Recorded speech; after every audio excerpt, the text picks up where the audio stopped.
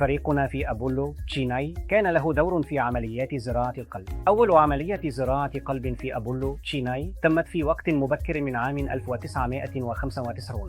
حالياً الفريق يشمل مشبث الجراحين، لكن كمان أطباء فشل القلب وأطباء زراعة الرئة والعناية المركزة، وكمان أطباء الجهاز الهضمي والأمراض المعدية.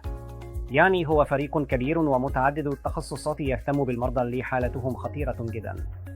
واحدة من أهم الجوانب اللي تريحنا في زراعة الأعضاء هي محاولة تحديد هؤلاء المرضى اللي حالتهم خطيرة جدا في الوقت المناسب للزراعة. يعني نحاول ما نزرع القلب للمرضى في وقت مبكر جدا، وفي نفس الوقت نحاول ما نخليهم يتأخروا كثيرا لدرجة إن النتائج تكون سيئة. الآن عندنا من أفضل النتائج في كل جنوب شرق آسيا في زراعة القلب والرئة. عندنا مرضى مر عليهم أكثر من 15 أو 16 سنة بعد زراعة القلب، وأكثر من 10 أو 11 أو حتى 12 سنة بعد زراعة الرئة.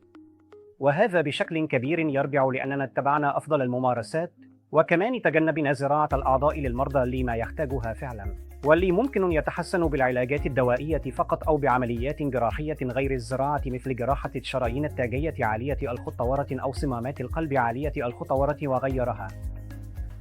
فهذا كان السمة المميزة لفريقنا، ولازم أقول إن الموضوع مش جهد فردي بس، بل هو عمل جماعي كبير يضم جراحين وأطباء مثل أطباء فشل القلب وأطباء القلب وأطباء زراعة الرئة وأطباء العناية المركزة، وكمان أطباء الأمراض المعدية ليس عدونا، خصوصا في زمن انتشار العدوى المقاومة للأدوية. عشان نواصل ونتأكد إننا نحقق تقديم في تحسين نتائج المرض.